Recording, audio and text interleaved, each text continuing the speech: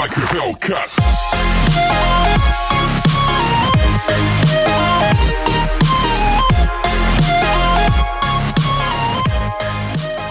Ladies and gentlemen, my name is Panther, and welcome to a calm, chill, serene, exciting commentary. So sit back, grab some popcorn, light up some candles, and start touching yourself, because we're going to be talking some serious shit.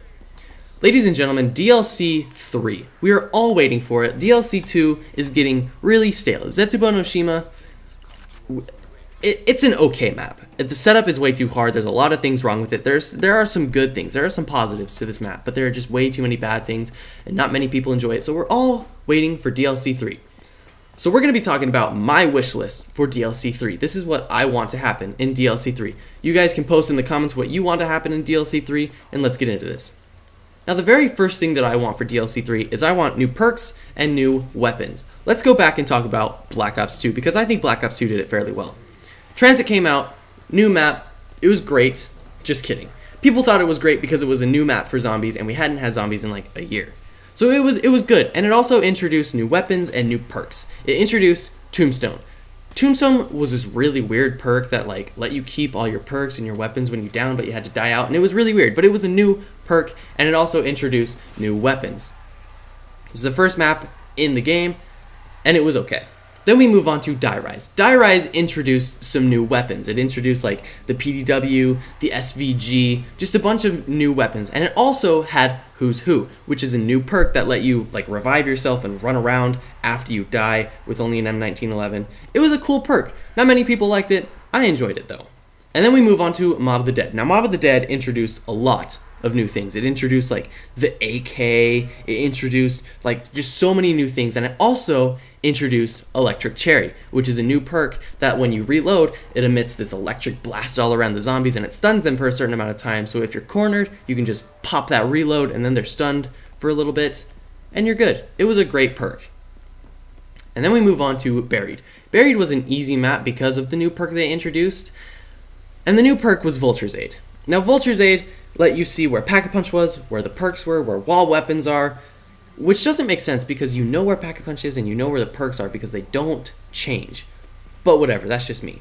It also gave you ammo and points, and it let you stand in this green mist where the zombies like won't attack you. It was pretty cool.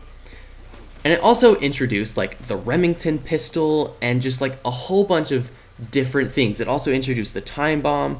There were a lot of new things introduced on Buried, which I thought was great.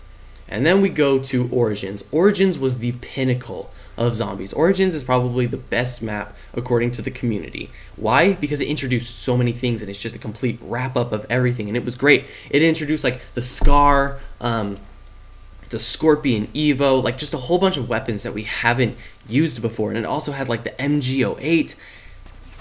It didn't bring in a new perk, but it brought in something that we've been asking for, which was PhD. So every map in Black Ops 2 had new weapons and perks that we like, and new perks that we wanted, excluding Origins, but we all wanted PhD. And that's what we need in DLC 3. We need a new perk and we need some more weapons, like more weapon kits, more choices, because there aren't many variables for weapons in Black Ops 3. And it kind of sucks because all weapons are basically the same. It doesn't matter if you have a Pharaoh versus, like a VMP. You put Blast Furnace on both of them, you're getting to round 100. There's no question about it. It's just super easy mode. And the rumor is that since we're going to Stalingrad and that Nikolai's going to be the character, that we're going to have the PPSH. Don't get your hopes up, guys. I know we all want the PPSH, and maybe there is a chance that it'll happen since it's like in the game files, blah, blah, blah, blah, blah. Which, that's another thing that I want to talk about, and that's for a separate video. But just don't get your hopes up on the PPSH. If it doesn't come and we're all disappointed, I'll be sitting here laughing saying, I told you so. The second thing I want is an easier setup. Like, good lord, Shadows of Evil and Zetsubo no Shima, I don't know what they're thinking, but the setup on those takes like an hour. I kid you not. Like, I was going through some gameplay for Shadows of Evil, and I was like trying to pop things as fast as I could. It took me 30 minutes to finally set up. Zetsubo no Shima, it takes so long to set up, and you have to like waste so many points, and you don't even get a good training spot unless you do the Easter egg, which I'm sorry, I don't want to go through 2 hours of an Easter egg just to get a decent training spot. Like, no, I'm sorry. The Giant and Drache did it right. You go, you turn the power switch on. Boom. It's done. It's done. You can buy your perks. You're great. You're set up and everything. The Giant and Reisendrache, you're set up by round 10. Like, there's no question about it. DLC 3 needs an easier setup, or else Zombies is just going to go downhill. Zombies needs to be more noob friendly, in my opinion. All the maps are they're getting too hard for new players. Like, experienced players like myself, it's fine. It's great. It's wonderful. But for the new players, it's a complete turnoff for them, and they don't want to get into it because it's too hard. The third thing is multiple wonder weapons, and wonder weapons that don't make me want to kill myself. Because the KT4 and the Mezumune, like, I don't want to upgrade it because it takes too long, and it's so complicated, and it's just no fun. Origins and Reisendrache did it right, introducing 4 wonder weapons and their puzzles that you can upgrade, and it's great. Like, you don't have to go on this giant trek to upgrade them. It's just like this small little puzzle that takes maybe 2 minutes. But to upgrade the KT4, you have to, like, sacrifice your left testicle to the gods of thunder in order to, like, just maybe water a plant that's already underwater. That doesn't even make any sense to me. There's just too many things. And the last thing that I want is some better gobblegums.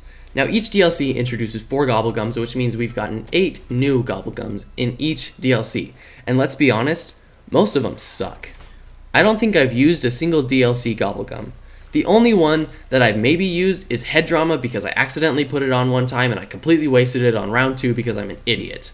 Now, let's be real. They need to balance out the gobblegums too, because Head Drama and Secret Shopper, they're not in the same category as Killing Time and Perkaholic. They shouldn't even be in the same category. They should just be standard mega gobblegums that you can get, because it's stupid that they're in the same category as something that gives you all the perks on the map or something that freezes time. There's no reason that they should be in that same category. And that's my problem with the gobblegums. They need to introduce new gobblegums that we will actually use and that are balanced. If they introduce an ultra mega rare and it sucks and it's stupid, I'm like legit gonna freak out and punch my sister in the face. I don't want that to happen. Anyways, guys, that's what I want for DLC 3. Leave your comments down below. Tell me what you want for DLC 3, and I will see you in the next one.